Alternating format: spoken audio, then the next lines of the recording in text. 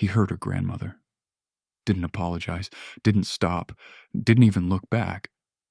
So she made a decision. Not to fight him, not to report him, not to scream. She would get close to him, gain his trust, and destroy him in the worst way possible. The fall. It happened in seconds. A crowded street, people moving, noise everywhere. Her grandmother walking slowly, holding a bag of fruit. Then, a shove. Not even aimed at her, just careless. But she was there, right behind.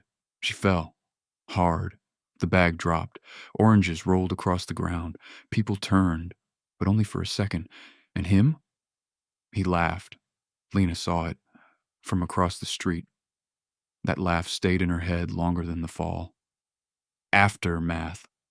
At home, her grandmother tried to smile. "It's okay," she said. But her hands were shaking, bruises forming slowly. And Lena just stood there, watching, silent, because something inside her was changing. Not loud, not explosive, cold, focused, the decision. That night she sat in her room, lights off, phone untouched, thinking, replaying everything, over and over and over again. "People like him," she whispered. "They don't care unless it affects them." Her jaw tightened. "So I'll make it affect him." First move. The next day at school. No hesitation. She walked straight up to him. "Hey." Dylan turned, confused. "Do I know you?" "Not yet." That answer stayed with him longer than expected. Interest, most people avoided Dylan, or tried too hard to impress him. Lena did neither. She was calm, steady, unreadable, and that pulled him in. "You're different," he told her. "Good or bad?" she asked. He smirked. Still deciding. Strategy. Everything Lena did had a purpose. Every conversation, every laugh, every silence. She learned how he talked, what he reacted to, what made him open up. And slowly, he did. First crack. One day, they were alone. No friends, no noise. Just silence. "You ever feel like everyone expects you to be someone?" Dylan asked. Lena paused. "Yes." That answer was real, and that was the problem. Because the more real she became, the harder it was to stay fake. Warning, Maya saw it first. "You're slipping," she said. "I'm in control." "No, you're not." Lena didn't respond, because deep down, she wasn't sure anymore. The discovery one night changed everything. Lena wasn't supposed to be there, but she followed him. Something felt wrong, and she was right. He wasn't alone. Older guys, different energy. And then, "I pushed her," Dylan said, laughing. "It wasn't a big deal." Everything stopped. Snap. All the doubt disappeared, all the confusion gone, replaced with something sharper. "He doesn't regret it." Her hands clenched. "So I'll make him regret everything." End of part 1. And this time, she wasn't trying to change him. She was going to break him. Getting closer to the edge. Lena knew now she had his full attention. Every smile, every casual conversation, every shared laugh. It wasn't innocent anymore. Dylan trusted her. Completely. That trust was fragile, like glass, and Lena planned to shatter it. "You're quiet today," Dylan said during lunch. "Just tired," she replied, not looking at him.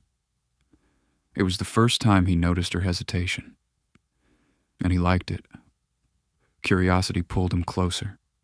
He leaned in, lowering his voice. "You're hiding something from me, aren't you?" Lena smiled faintly.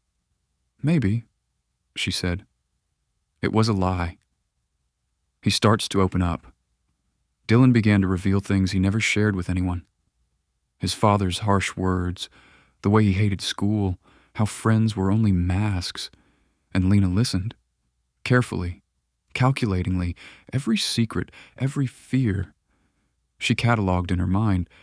It wasn't just revenge anymore, it was control. "You know, you're different," he said one evening. Lena tilted her head. "How?" You actually listen. You don't judge. You get it." Her chest tightened. She had to remind herself she didn't care. She couldn't care. The side she wasn't supposed to see. But then Lena saw another side of Dylan, one that was reckless and cruel when no one was around. He hung out with older boys from town, rough and dangerous. And one of those nights, she overheard him laughing about the push. "It wasn't even a big deal," he said, and something inside Lena snapped. "He doesn't regret it. He never did," she whispered. The plan shifted. This time it wouldn't be subtle. This time, she was going to break him completely. The deepening lie. The next week, Lena became inseparable. She smiled, laughed, leaned on him. Everything calculated to make him trust her even more. Dylan began to confide deeper fears. His father, his insecurities, moments he hated to admit. And Lena nodded, comforted, laughed softly, all while knowing the truth of his character. She felt her control growing. The closer he got, the easier it would be to destroy him. The point of no return. One afternoon, Dylan pulled her aside behind the gym. "You know, I've never met anyone like you," he said. Lena met his gaze without blinking. "I know," she replied softly. That was it. He trusted her, completely. And now, the only thing left was to make him pay. The break. The following weekend, Lena orchestrated a small gathering. Dylan was comfortable, laughing, letting his guard down. She watched him. Not a trace of hesitation on her face. Then she confronted him subtly in front of his friends. "Funny how some people act like heroes but aren't even decent human beings," she said, her tone casual but sharp. Dylan froze. His friends looked confused, and in that moment, Lena saw the first crack in his confidence. She didn't stop. "Some people hurt those they claim to care about and think it's nothing," she continued. He turned pale. She leaned in, whispering so only he could hear, "Do you even understand what you've done?" And for the first time, Dylan couldn't answer. His world starts to crumble. Word spread through their school after that evening. Rumors, whispers, people staring. Dylan became paranoid, defensive, unsure. Everywhere he went, Lena was there, smiling innocently, leaning on him, guiding him without anyone noticing.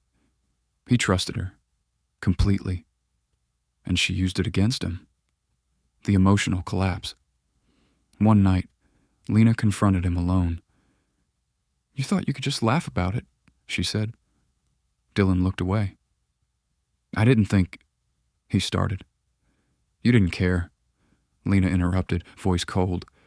And it hit him harder than anything before. The truth, the guilt, the isolation. He was broken, and Lena stood over him, silent, victorious. Aftermath. The following days were empty. Dylan avoided school. Friends stopped calling. His confidence shattered. And Lena? She didn't feel triumphant. The plan had worked, but it didn't feel like victory, because revenge wasn't satisfaction. Final line. She looked at him from across the street one last time, broken, alone, and realized something she hadn't expected. Pain spreads. Revenge doesn't fix anything. And in that silence, she understood the true cost of what she had done. End of part 2. Lena didn't stop. Every step, every word, every smile was calculated. She knew he trusted her completely. Trust was her weapon. That day, she invited Dylan and his friends to a small cafe. Everyone thought it was a casual hangout, but for Lena, it was the stage for the finale. 2:00, public unraveling. Dylan laughed and joked, confident as always. Lena began speaking softly, almost like a whisper. "Funny how some people pretend everything is fine." Her friends noticed. Her tone sharpened. Some people hurt those they care about and laugh about it. Silence fell. All eyes turned to Dylan. He tried to laugh it off, but the words struck deeper than he expected. 5 o'clock. He realizes the truth. You knew? Dylan whispered, shocked. Lena nodded coldly. Yes, from the beginning. He realized he had been completely deceived. All his friends saw the truth. Confident, untouchable Dylan was actually vulnerable, foolish, and unprotected. For the first time, Dylan felt fear and helplessness. 8 o'clock. The breakdown. I didn't mean, he tried to say. You didn't care, Lena cut him off. You never did. Her words burned. He couldn't respond. Friends whispered nervously. Bystanders watched. All his tricks, jokes, and confidence exposed and destroyed. 12 o'clock. Complete isolation. After that day, Dylan avoided school. He lost friends. People feared Lena might reveal more. She stayed nearby, cold and calm, watching. Every time he tried to speak to someone, her words haunted him. You didn't care. You never did. 1600. Emotional aftermath. Lena watched from a distance, broken, alone. Her plan worked, but instead of satisfaction, there was emptiness. Revenge doesn't bring victory. It brings void. 20 o'clock. Final confrontation. One evening, she found him in the park. He sat on a bench, head down. Dylan, she said softly. He lifted his hollow, tired eyes. You got what you wanted, he said. No, Lena replied quietly. I wanted you to feel what you did. He sighed. And now? Now I don't feel anything, she said. And it was true. 2400, final line. Pain spreads. Revenge doesn't fix anything. Lena walked away. Dylan stayed alone. And in the end, nobody won. The end of part 3.